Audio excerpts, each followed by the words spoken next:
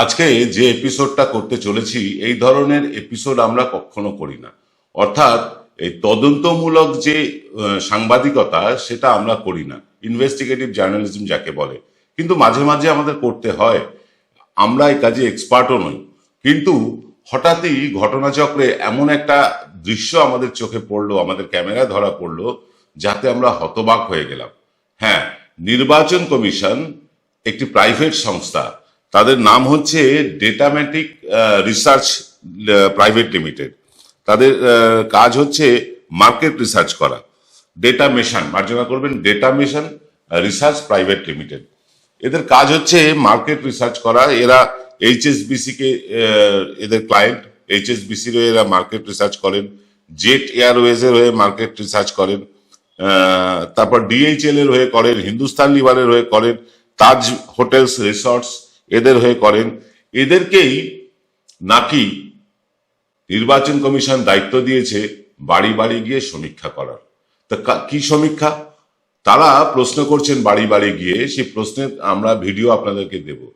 প্রথম প্রশ্ন করছেন আপনার নাম কি, দ্বিতীয় প্রশ্ন করছেন যে আপনি এখানে কত বছর আছেন, তৃতীয় প্রশ্ন করছেন যে আপনার পরিবারে কতজন লোক ভোটার, চতুর্থ প্রশ্ন করছেন আপনাদের ফোন নাম্বার কি, তারপরের প্রশ্ন করছেন যে আপনার এখানে ভোটের সময় কিরকম গন্ডগোল হয়, আপনাকে ভোট দিতে কেউ ধমকায় কিনা, চমকায় কিনা, আপনার থেকে রাজনৈতিক দলেরা চাঁদা নেয় কিনা, ইত্যাদি ইত্যাদি বিভিন্ন প্রশ্ন।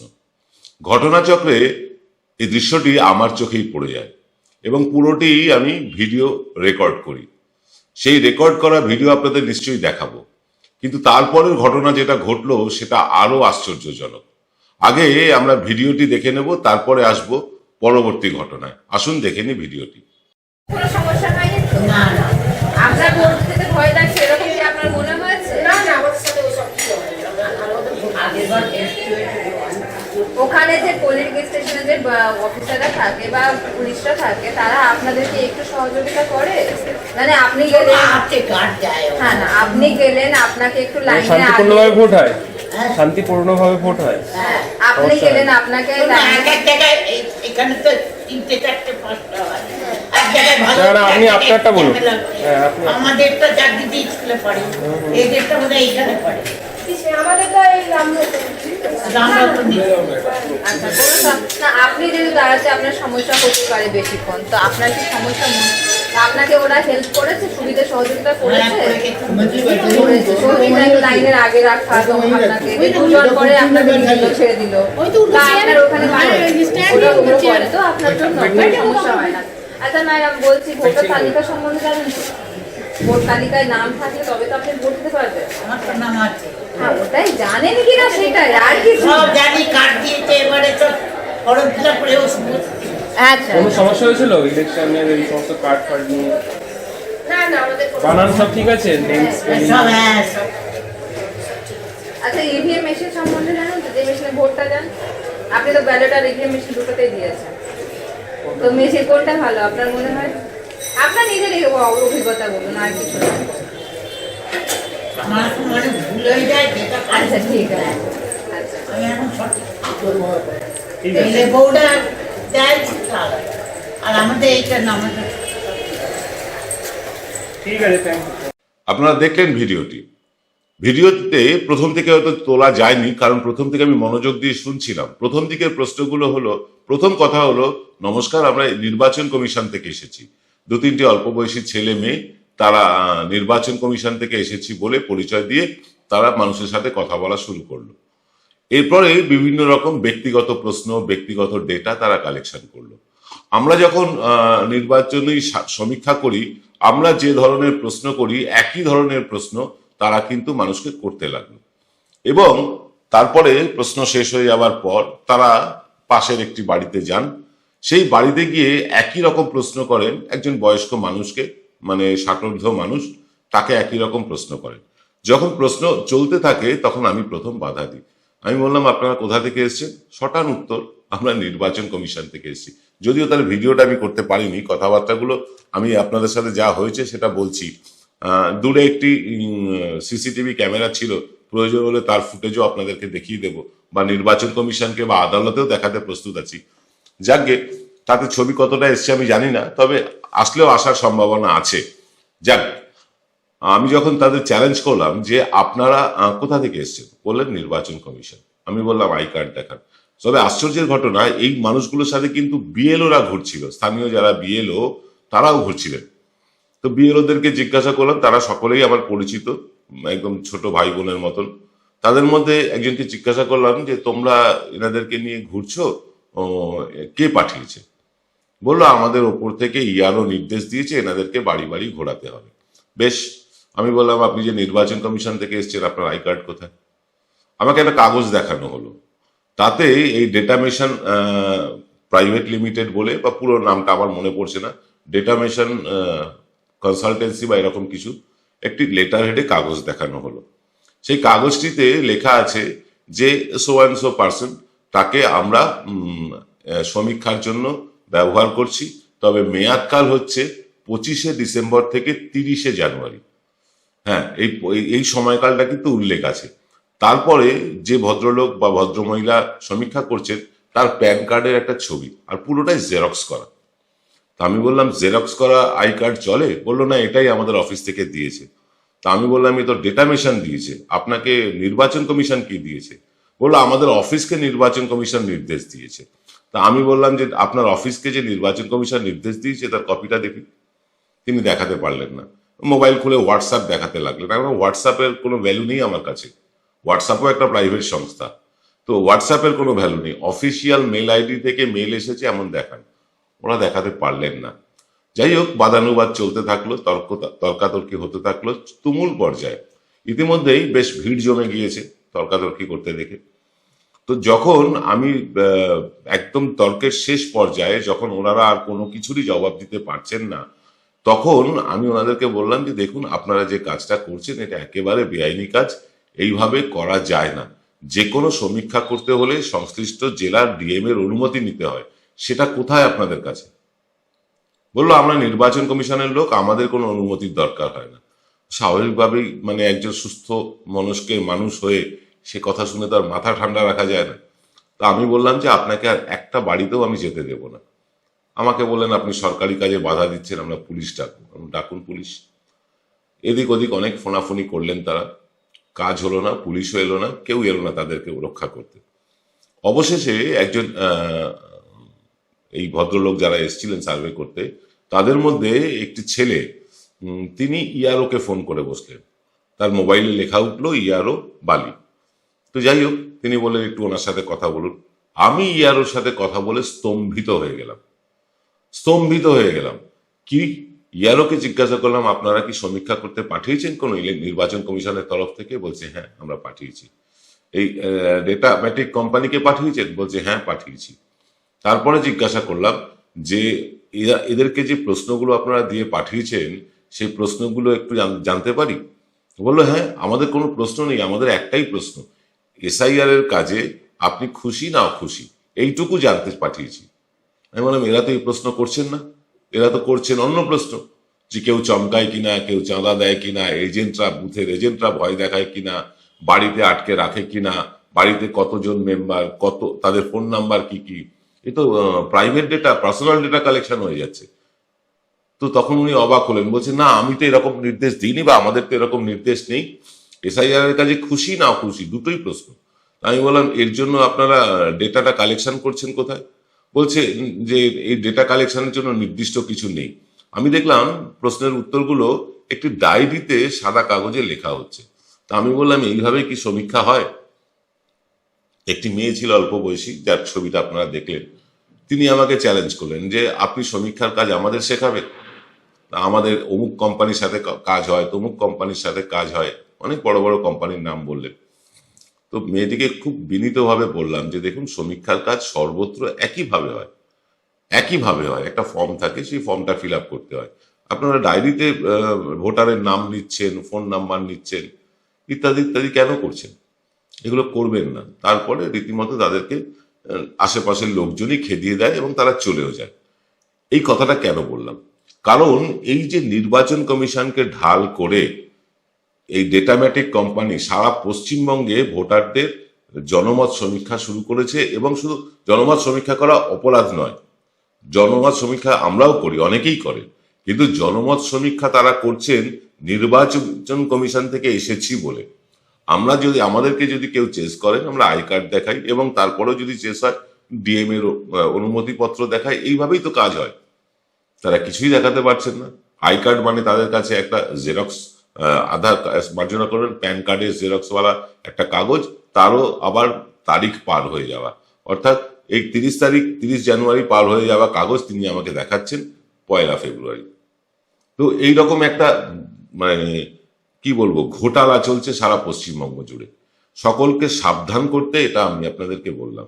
এছাড়াও সমীক্ষার নামে কিন্তু বিভিন্ন রকম মানুষের মন বোঝার চেষ্টা বা মানুষকে ইনফ্লুয়েন্স করার, মানুষকে মোটিভেট করার চেষ্টা চলছে। কিভাবে চলছে বলবো একটা বিরতির পর। জয়গুরু রত্নভান্ডার জ্যোতিষ চেম্বার, এখানে গোল্ড মেডেলিস্ট জ্যোতিষী বসেন। হাই কোয়ালিটির আসল গ্রহরত্ন সবচেয়ে কম দামে এখানে পাওয়া যায়। স্থান বেলঘড়িয়া রানীপার্ক বটতলা 2 নম্বর রেলগেটের নিকটে। 9681345722 এবং 9007778922। এবার সাধ্যের মধ্যেই হবে মধ্যবিত্তের স্বাদ পূরণ। নতুন বাড়ি, নতুন স্বপ্ন, সুখের নতুন অধ্যায় শুরু হোক এই উৎসবে।